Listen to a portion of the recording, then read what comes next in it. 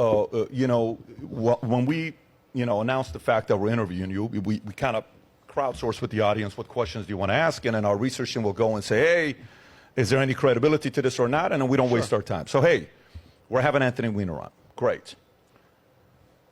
So you have to ask him about frazzle drip.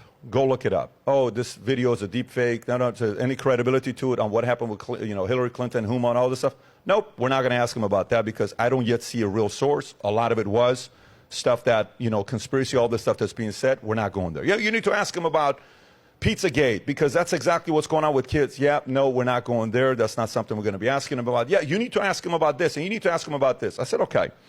All of these things that they said we have to ask you about. To be fair, it's Bill Clinton officiated your wedding with Huma, your wife, if I'm not mistaken. Correct. So you've been very close, and your wife, is it still wife or is it ex-wife? I think it's separated since 2017, right? We're separated. We co-parent Jordan, but we're separated. Okay.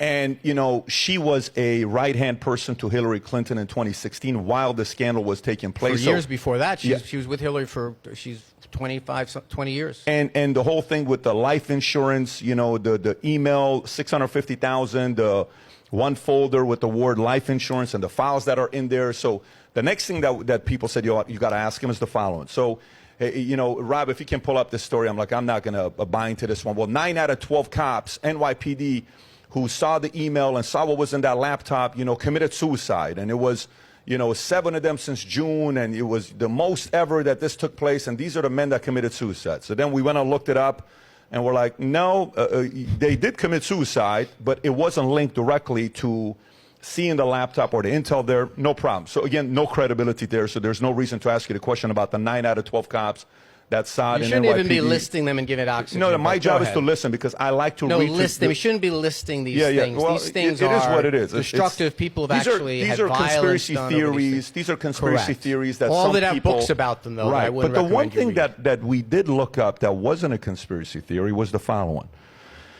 And this is the one that's kind of weird. And first thing I ask myself is, how the hell is our guy here, Anthony Weiner, still alive? What do you mean by that? Well, when you go through the list of people that have been close to Hillary Clinton and the Clintons and the death pool, this is not a conspiracy. You got the names of James McDougal, okay, Clinton's convicted Whitewater partner, died of an apparent heart attack.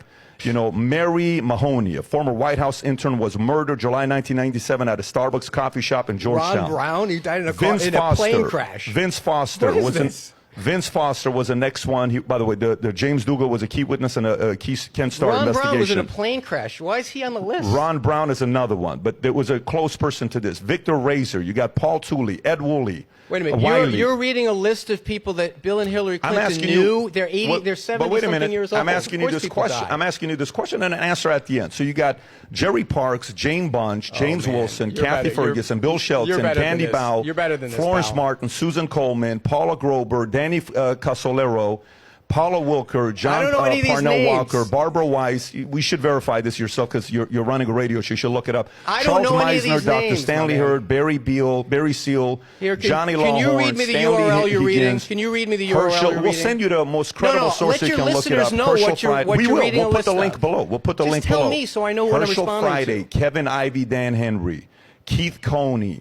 And these were part of the Ivy Henry case. Keith McCaskill. What's the Ivy Henry case? You can look it up. Ivy Henry case. So Gregory Collins, Jeff Rhodes, James Milland, Richard Winter, and then you got the close bodyguards, Major William Barkley, Captain Scott Reynolds, Brian Hanley, Tim Sable, General William Robertson, you don't even know what you're reading a list of. How is this Densberger, Robert Kelly, Colonel Gary Rhodes, Steve Wills, Robert Williams, Conway LeBlue, Todd McKeon. I'm done.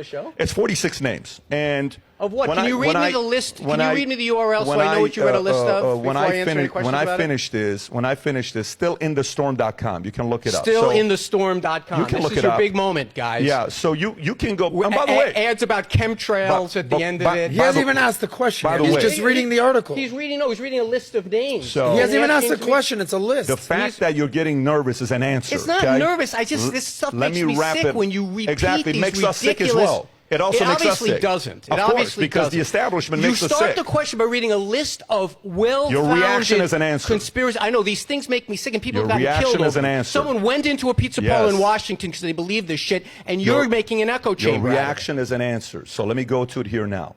No. Your reaction is an answer. You're not going to read a list. Yeah, my reaction is my reaction. Yeah, exactly. Can you tell me what that list, in your view? You haven't allowed me to finish.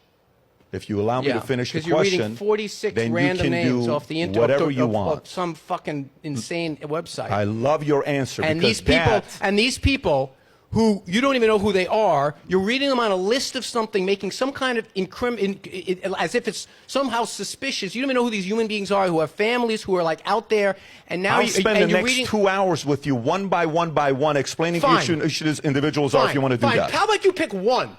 Pick one and tell me who he was and what his story was. No, not you. You're asking me the question. Pick one name and then tell me. Pull up Vince Foster if you want. No, Vince Foster, that suicide has been investigated 50 times. Pull up one of the obscure names you pulled. Why did you pull Ron Brown? Here, let me read Ron Brown. Ron Brown, a Commerce Secretary who a plane crashed while he was on a humanitarian mission, crashed into the side of a mountain. So what do you want to know about Ron Brown? What do you want to know about Ron Brown? Can you let me ask the question? No, listen, this is a conversation. No. We're having a conversation. I'm sorry. I'm the host. You invite me to your podcast. You get to ask the question. I'm the host. I want to ask you the question. You haven't let me answer the question. I didn't see your reaction is already an answer. I know. I am infuriated by people who drag other people's names who are powerless. You're not powerless. Hillary Clinton is powerless? No, these people. Hillary Clinton is powerless. These people. That's the problem. These people. Hillary's the problem. You read a list of people because you have the power to do it. People who do that are bullies, and I don't appreciate bullies. I have the power to do what? You do. To read a list of some stranger's names. To use the DOJ and other things to control and hide things. That's not DOJ. Yeah. DOJ didn't make this list. Let me finish up my question. Some jackass made a list in his basement. You have the right to You're answer. reading their names as if they're incriminating in some way. You have the right to That's answer. bullying, and I don't appreciate. And I stand up against bullies. Please do so. He hasn't even asked the question yet, He's Anthony. reading a list, and he's refused. And now he says, let's move on. No. Because I set your answer already. Nobody has said move on. He hasn't even asked the question. I don't even know what the question is. Pick a name. I'm going to ask you a question. And you get to list answer of people who or probably, not answer. And there are some of those people that had military titles in front of them, and you're dragging their name. That's even the point. You're dragging their name That's through the even the point. You should be ashamed of yourself. Because their families would want to know. Because you've got a podcast. Some of their you can families read would want to know. Some conspiracy theory podcast, some conspiracy theory that 9 people read. You find some guy that comes in, and then you go from Ron Brown to some obscure officer that used to protect Bill Clinton, who passed away. May he rest in peace for his service. May all of them rest in peace. And you are dragging them into some wacky conspiracy theory. May all of them rest in peace. So here's the question for you. Because millions of people are not convinced Hillary Clinton is a good person. Again, with the other people. Millions including of people. myself. If you want to do that, I'm not worried about. Don't try to make it about some bozo who put up a website. Put in your own words. Here's a question for you, Guy. It's a very simple question for you. So, how is it when you think about other candidates? Okay.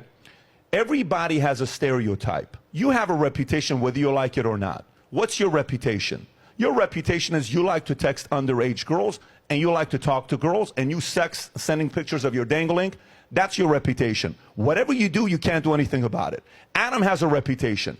Adam is a playboy in Miami. You better get back to that list of strangers you read a list of. Trust me, I'm getting back to it. Tom's got a reputation. His reputation is a man who And right now, your reputation is listing strangers who served in the military and dragging their name through the I have a reputation to ask tough questions and piss some people like you off. That's my reputation. Including dead people who I'm going to stand up for. Oh, trust me. We are standing up for them more than you are standing up for them. Let's see. You better get back to that list because we're going to clear some people's names today. My question for you is, how is it that in the last 50 years, we don't have a single candidate?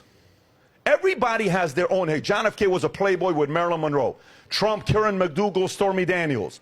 You know, George Bush linked to 9/11 and weapons of mass destruction.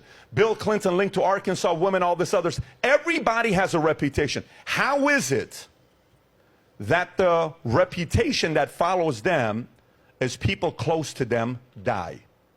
Why is that a story that many people believe in?